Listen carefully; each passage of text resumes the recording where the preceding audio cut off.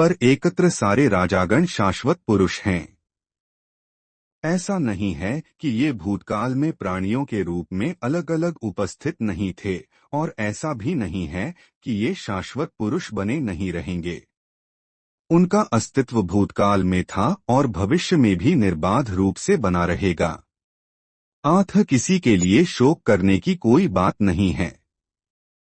यह मायावादी सिद्धांत की मुक्ति के बाद आत्मा माया के आवरण से पृथक होकर निराकार ब्रह्मा में लीन हो जाएगा और अपना अस्तित्व खो देगा। यहाँ पर परम अधिकारी भगवान कृष्ण द्वारा पुष्ट नहीं हो पाता।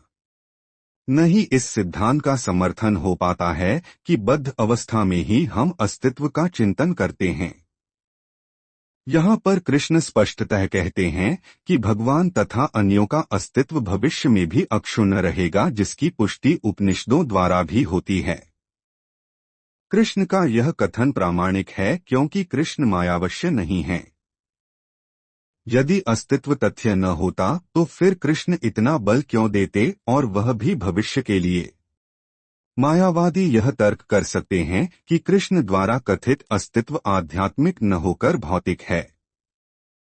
यदि हम इस तर्क को कि अस्तित्व भौतिक होता है स्वीकार कर भी लें तो फिर कोई कृष्ण के अस्तित्व को किस प्रकार पहचानेगा। कृष्ण भूतकाल में भी अपने अस्तित्व की पुष्टि करते हैं और भविष्य में भी अपने अस्तित्व की पुष्टि करते हैं। उन्होंने अपने अस्तित्व की पुष्टि कई प्रकार से की है और निराकार ब्रह्मा उनके अधीन घोषित किया जा चुका है। कृष्ण सदा सर्वदा अपना अस्तित्व बनाए रहे हैं। यदि उन्हें सामान्य चेतना वाले सामान्य व्यक्ति के रूप में माना जाता है तो प्रामाणिक शास्त्र के रूप में उनकी भगवद गीता की कोई महत्ता नहीं होगी। एक सामान्य व्यक्ति मनुष्यों के 4 अवगुणों के कारण श्रवण करने योग्य शिक्षा देने में असमर्थ रहता है।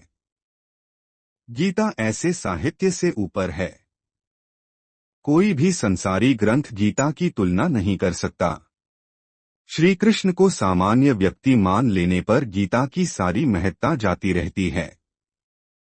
मायावादियों का तर्क है कि इस श्लोक में वर्णित द्वैत लौकिक है और शरीर के लिए प्रयुक्त हुआ है, किंतु इसके पहले वाले श्लोक में ऐसी देहात्म बुद्धि की निंदा की गई है।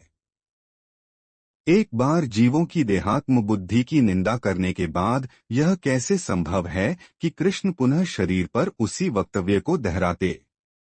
अतः यह अस्तित्व आध्यात्मिक